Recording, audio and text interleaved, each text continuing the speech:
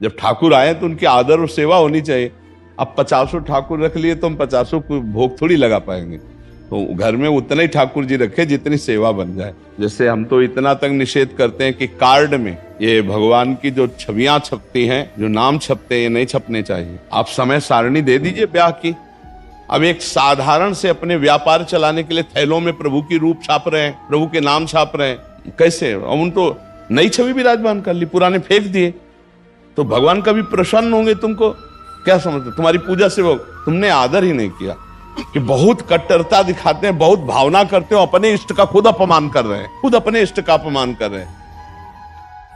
ईशान सिंगला जी मोगा से। राधे राधे। राधे राधे गुरुदेव। गुरुदेव आपके चरणों में कोटि कोटि प्रणाम। महाराज जी, इनका प्रश्न है कि बहुत सारे लोग क्या होता है कि तोहफे आदि में प्रभु की मूर्तियां आदि दे देते हैं। क्या चीज? तोहफा जब देते हैं, बर्थडे गिफ्ट है, भेंट के उसमें, तो अभी तो घर में तो एक ही विराजमान कर सकते हैं। अभी पता लगा कुछ दिन में 10-15 हो गई तो नहीं लेना चाहिए। हम नहीं लेते। वो तो पूरा पैक करके देते हैं। नहीं, हमने नहीं चाहिए।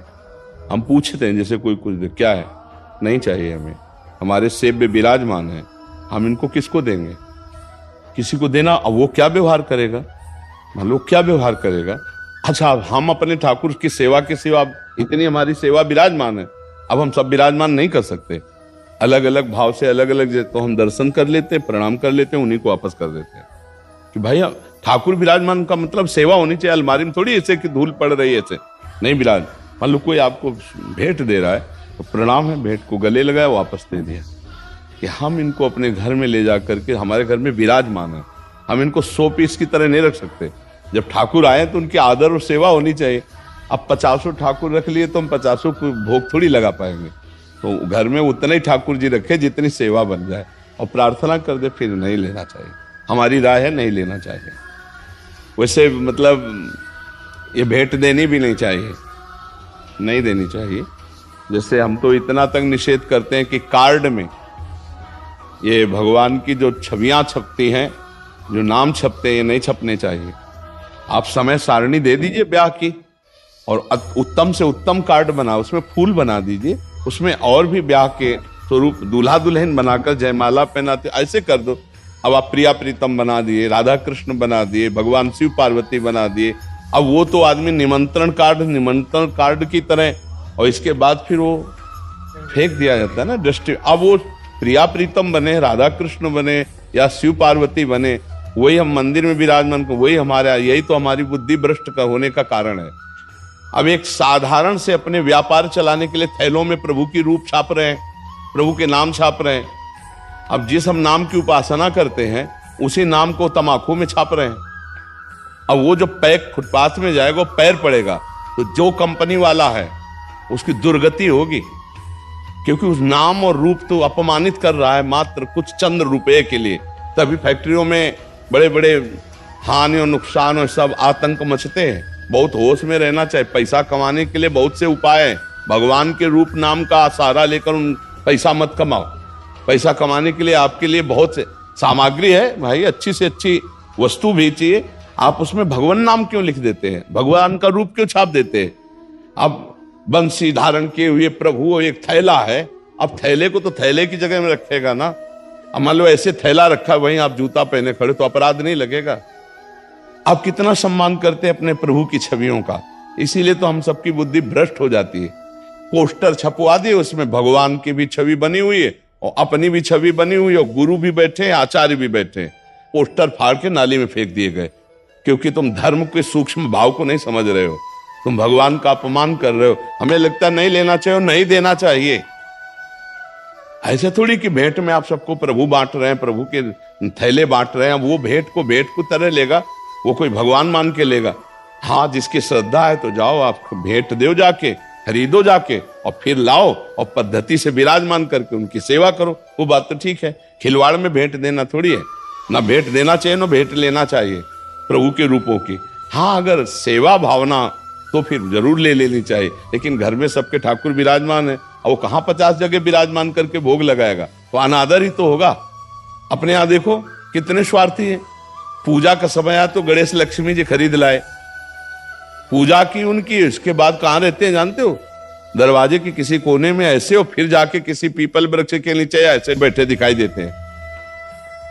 हम कह रहे हैं कि अगर आपको तो ऐसी जगह सम्मान पूर्वक उनको पधराओ या उनको समाधिस्थ कर दो जहां उनका अपमान ना हो। वही धूल पड़ रही, वही तुम्हें शर्म नहीं आती कि वही भगवान है तुम्हारे जिनकी तुमने सिंहासन में बैठकर पूजा की थी, उन्हीं को उठा के तुम ऐसे नहीं। अगर उत्सव मना लिया तो फिर उनको समाधिस्थ या जल में समाधिस्थ कर दो या जल के आसपास पवित्र देश में गड्ढा करके और पुष्प आदि डाल करके समाधिस्थ कर दो, ऊपर से लेप कर दो। अपने इष्ट का सम्मान करना तो सीखे। ऐसे थोड़ी कि जितनी मन आई उतनी छवियां टांग ली, और जब मन आया छवि। एक हम जा रहे थे तो एक जगह मार्ग में इतने सुंदर प्रभु की छवि पड़ी थी, शीशा टूटा हुआ ऐसे उठाया, छाती से लगाया, फिर जाकर के उनको। तो अब ये भाव तो कैसे, अब उन तो नई छवि विराजमान कर ली, पुराने फेंक दिए, तो भगवान कभी प्रसन्न होंगे? तुमको क्या समझते, तुम्हारी पूजा से वो तुमने आदर ही नहीं किया। एक बार राधा बाबा गीता वाटिका में, तो यहाँ से वो घनश्याम ठाकुर गए हुए थे, बहुत बड़े महान संत भी हुए, और रास करने में ठाकुर जी बनते थे, इसलिए उनको ठाकुर जी का वो ऐसे अंगुली से लिख दिया ऐसे राधा रज में। बाबा वहां से निकले और बोले ठाकुर तुम्हारे, अब इस पर किसी का पैर पड़ेगा तो सारे पुण्य नष्ट हो जाएंगे। बाबा बैठ के पूरी रज झाड़ झाड़ के ऐसे कर और फिर तुलसी के घेरा में डाला, जहां बोले भूल कर भी जमीन में न रखना। देखो संत जन कितनी महिमा जानते हैं नाम की। अब वही नाम छपे हुए हैं, कितने ऐसे थैले, कितने ऐसी सामग्रियां जिनमें भगवान नाम छपे हुए हैं। अब वो सब ऐसे कैसे, यही हम देखते हैं फाड़ करके नालियों में फेंक दिए जाते हैं। भगवान के नाम, भगवान के रूप, ये सब अपराध है, ऐसा नहीं करना चाहिए, क्योंकि ऐसे करने से बुद्धि भ्रष्ट हो जाती है, सुंदर भक्ति नहीं आती। भक्ति के लिए उचित है कि जो हम विराजमान करें उनकी आराधना करें। और जब कभी ऐसा हो जाए कि हम दूसरे रूप में लेना चाहते हैं उनको, तो किसी पावन नदी, पावन सरोवर के तट पर जाकर रज खोदो और उनको समाधिस्थ कर दो, ऊपर से रज डाल दो। ऐसे खुला अपमान के लिए चौराहे पे मत रखो, किसी वृक्ष के नीचे मत रखो, ऐसा करना चाहिए। उनकी मानसिकता भी हम बता देते हैं, हमारे जी हमारे पास आते रहते हैं। उनकी मानसिकता रहती है कि अगर किसी पेपर पे हमने लिख दिया राधा, तो अभी सारा काम मंगल में होगा। अगर किसी कार्ड में छाप दिया राधा कृष्ण की छवि, तो सारा मंगल मंगल, सारा अच्छा तो मंगल किसे कहते जानते हो? जब वो नाम किसी के पैरों के नीचे पड़ेगा, उसका अपमान होगा, तो तुम्हारा मंगल नष्ट हो जाएगा। जबान पे लिखो नाम राधा, हृदय पे धारण करो राधा, दिमाग में रखो राधा। ये गाड़ी में लिखने के लिए नहीं है, ये कार्डों में लिखने के लिए नहीं है, ऐसा नहीं है।